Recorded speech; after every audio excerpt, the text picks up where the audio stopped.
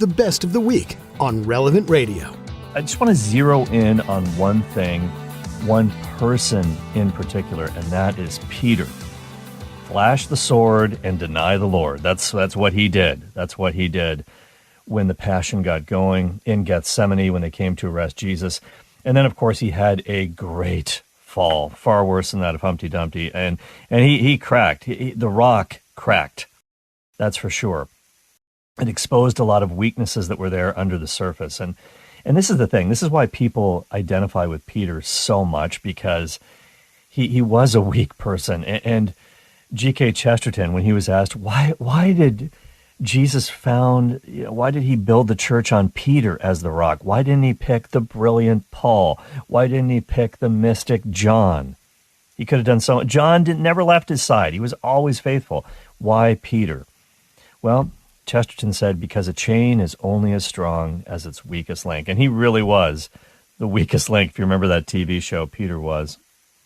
Because he was weak, God was able to make him strong, and we can identify with him. But I just want to focus in particular from really all the Gospels on the account of Jesus in the Garden of Gethsemane, the agony in the garden. Of course, it's one of the mysteries of the Rosary as well. This is part of the Passions, part of the reading. And what does Jesus say to Peter, James, and John? He's got this inner circle of Peter, James, and John. These are the three that got to see things and do things that nobody else got to do.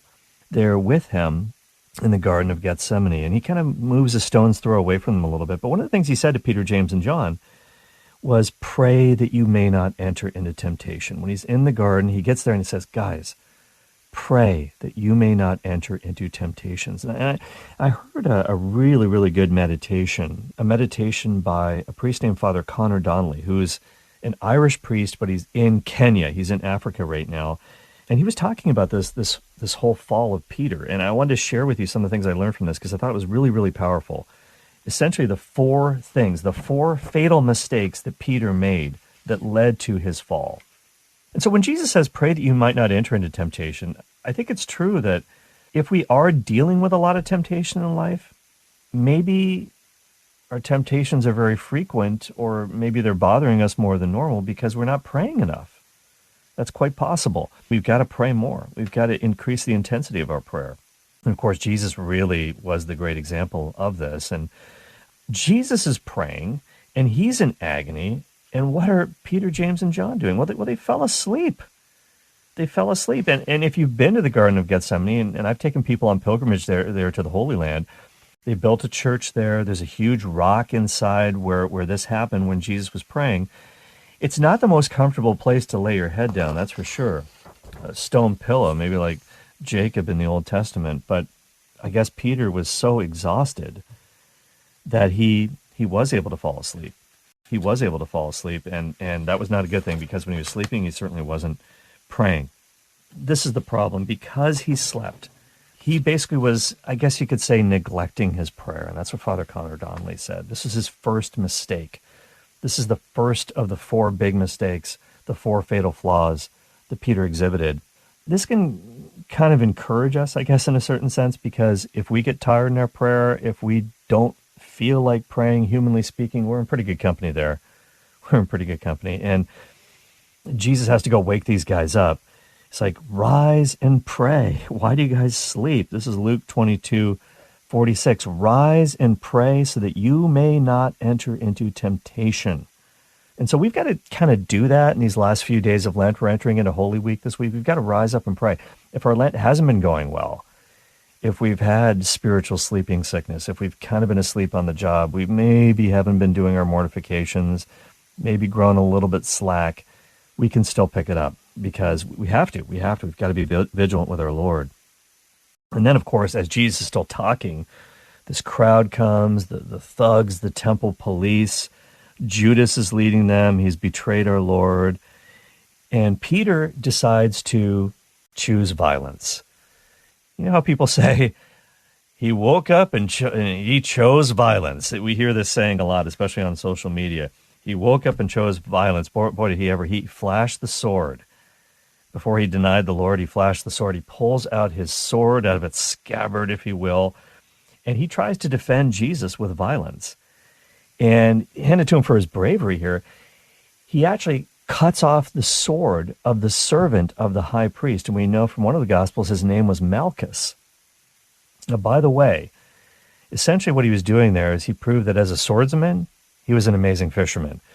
Because he totally missed. He did just sort of want to cut off his ear like with a Ginsu knife, if you remember those infomercials. Can you just hold still here? I'm just going to really nicely slice off your ear here. No, he was trying to split him in half.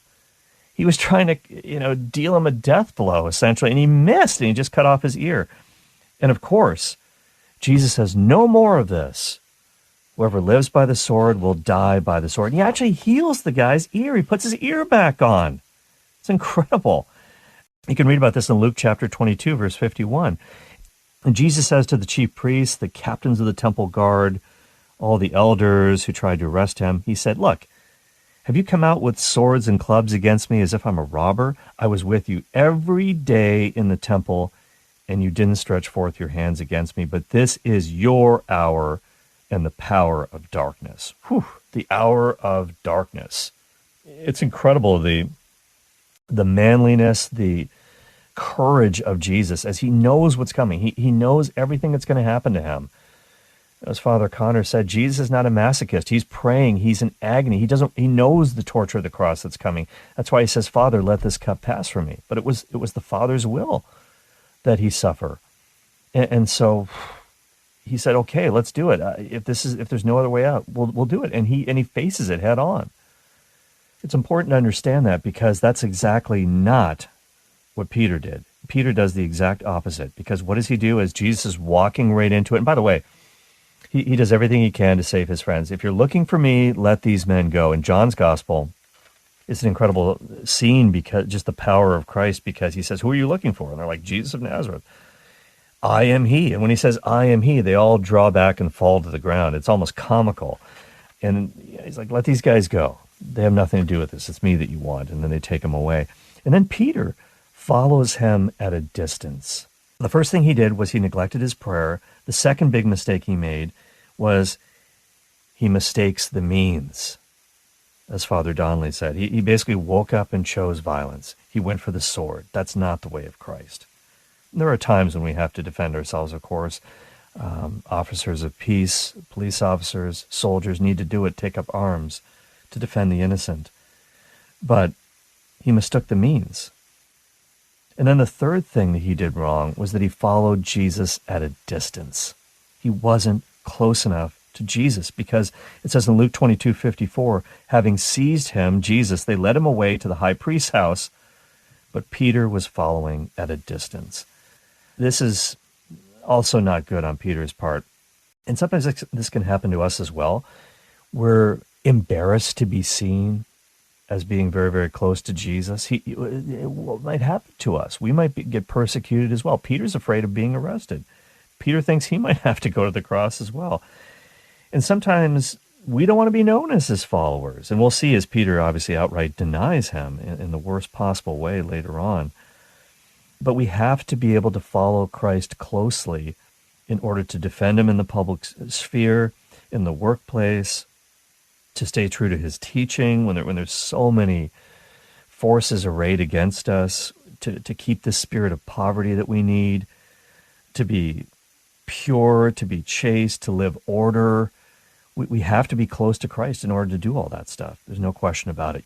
The fourth big mistake that Peter makes is in the courtyard of the high priest. And we know from the Gospels that John was there with him. And some people think the Apostle John was in fact from the family of the high priest, Caiaphas. He was somehow in the in crowd. He was a relative. How is he able to get through? How does he know the secret password? So he's kind of hanging out in the courtyard while Jesus is on trial and the thugs are beating him up and all that sort of stuff. And it's getting kind of cold. It's getting a little cold, and Peter's warming himself by a charcoal fire. So as Father Connor Donnelly said, he's cold on the outside. He's also cold on the inside spiritually.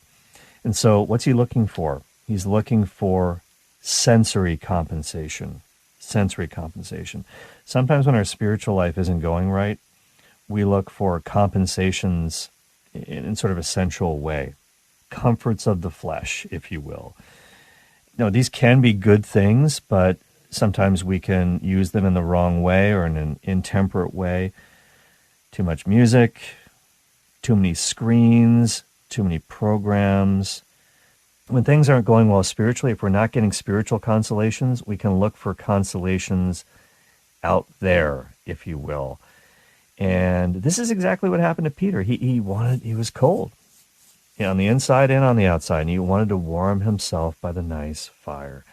And this, of course, leads to the worst moment of his life.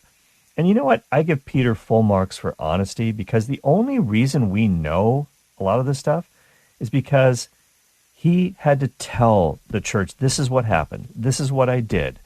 This is what this girl said to me. He admitted this after the fact.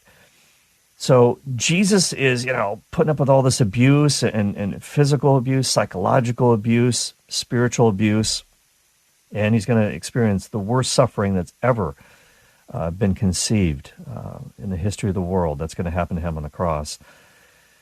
And then Peter, this servant girl, and she's this young girl. She's not an intimidating WWE wrestler. She just says, "Hey, your accent sounds kind of Galilean. Are you one of the Jesus followers? Were you with that guy?" And of course he denies it, saying, "I don't know him. I don't know him." And all she has to do is just, he's just ready to fall. And this is exactly what Jesus predicted. He said, before the rooster crows. Because remember how arrogant Peter was? Remember how full of bluster he was? He said, Jesus says, you're going to deny me. Before the rooster crows, you're going to deny me 3 times. No way, Jesus, that's not going to happen. I will never separate myself from you. Well, guess what? Imagine this. Jesus was right. Peter knows that this is Jesus, another prophecy of Jesus has come true. And then, of course, somebody else comes up to him and says, hey, yeah, you're one of them. Peter says, man, I am not. He's kind of doubling down. And by the way, it also kind of implies that he's cursing out Jesus as well. I don't know that blankety blank so-and-so Jesus. I have nothing to do with that guy. An hour later, another person comes up to him. Surely this man too was with him, for he is also a Galilean. But Peter said, man, I do not know what you are saying. And at that moment, while he was still speaking, the rooster crowed. And then at that very moment, Jesus is being led out of the home of the high priest. He's going to be thrown in the dungeon for the night. And the Lord turns and looks straight at Peter. Oh, man, that had to have been, he's never felt lower. And he remembered everything that Jesus said. And he went out, it says, and he wept bitterly. Luke chapter 22, verses 61 and 62. Peter is proved to be not a rock. And remember his old name before Jesus changed his name? He changed his name from Simon to Peter. And the word Simon, the name Simon means reed. Think about the reeds blowing and swaying in the wind, anything but stable. And before this, long before this, in Luke's gospel, Jesus had said to him, Simon, Simon. He called him by that old name. Simon, Simon, Satan has demanded to sift you as wheat. But I have prayed for you that your faith would not fail. And when you have turned back, strengthen your brothers. Strengthen your brothers. And I think one of the reasons why Peter can be that source of strength and unity in the church as the first pope is because he'd done the worst thing. Well, there's really not too much difference between what Peter did and what Judas did, except Judas gave in to despair and he committed suicide. Peter did not do that. The tears of sorrow, it was sorrow for sin, but he never gave in to despair. He always had hope somehow that God could forgive him. There's a beautiful scene in the movie The Passion of the Christ where Peter runs to Our Lady, runs to Mary, and says, Mother, I have betrayed him. And he just kind of weeps and he just falls down at her feet and just like a child with his mother, just, he's inconsolable, but she comforts him. When Jesus looked at Peter, when he was just at rock bottom, the rock was at rock bottom, it's important for us to remember as well that in the lowest moments of our lives, when we're suffering, or we think, there's no way God could forgive me, Jesus is there. Jesus is there. He sees us, and he's asking us to trust him, trust in his forgiveness, trust that no matter how bad it gets, he can give us a new start. And this is exactly what happens to Peter. This entire episode of The Cale Clarke Show is available on the Relevant Radio app. The Relevant Radio app is completely free and updated daily with fresh articles, podcasts, and prayers. Don't delay. Download the app today, and thanks for listening.